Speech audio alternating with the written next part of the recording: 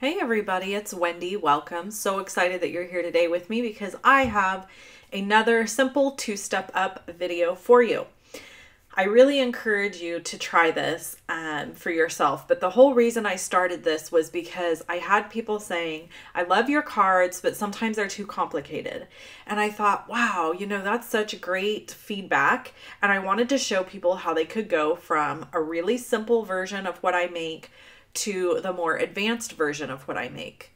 So today we're going to use the Pieces and Patterns stamp set. And this video is sped up just a little bit, so you know. I actually don't move this fast. And then I've got my ink spots here that these are actually mostly from the paper pumpkin kits. And then this one I created myself, and you can purchase these. I will link to them below the video. All the products that I'm using here are linked below the video. But they're blank ink spots, and then you can just add ink to them. It makes it very, very easy.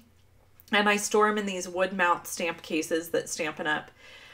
Sells. So here is my super simple card. Just a few layers of cardstock. And then I'm going to show you how to step it up. So we're using the whole same stamp set for all these cards because I really want to show you the versatility. I'm using a piece of Whisper White cardstock here and Memento Tuxedo black ink.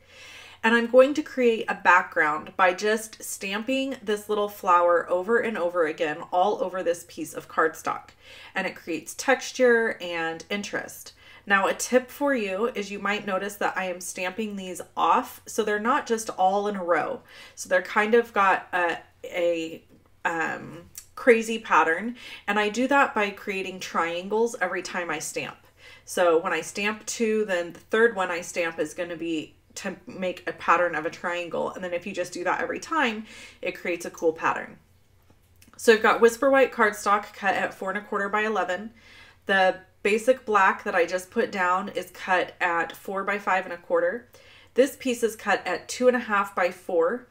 This piece is cut at 3 3/4 by 1 inch. And it's real red. And then I've got one more piece that I'm using here that's cut at 2 inches by 4 1/2.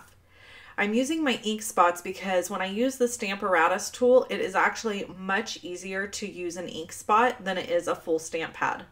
So I went ahead and inked that up and stamped it. And you can see here that some of the areas didn't get all the way covered. So I'm going back in with my ink spot again, stamping an additional time, and now I have all the red coverage that I need mostly.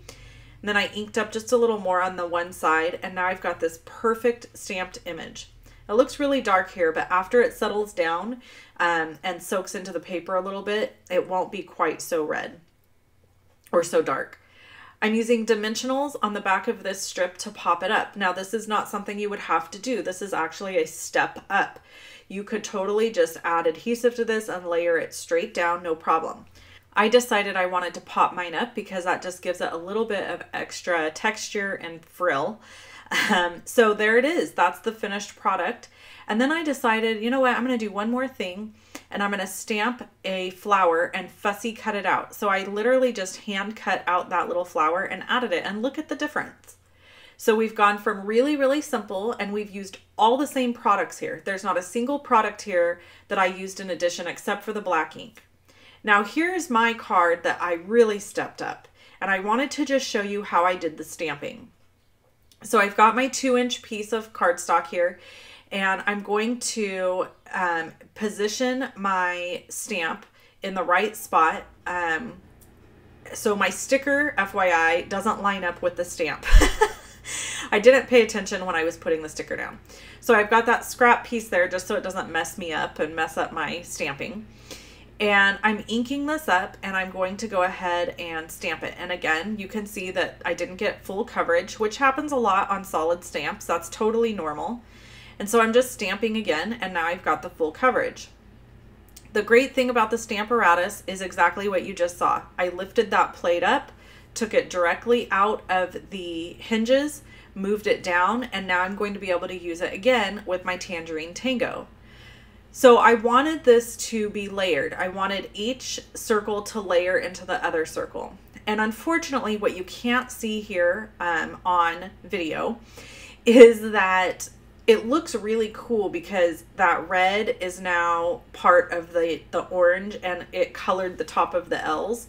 And so the orange colored the bottom part of the there on the red circle. And it's kind of hard to see in the video. I feel like the video doesn't quite do this card justice, but it's really cool looking in person. So I stepped my, I did another hinge step down again using Daffodil Delight ink and inking up and stamping. And you can see here, I just stamped it twice to make sure that I had really nice coverage.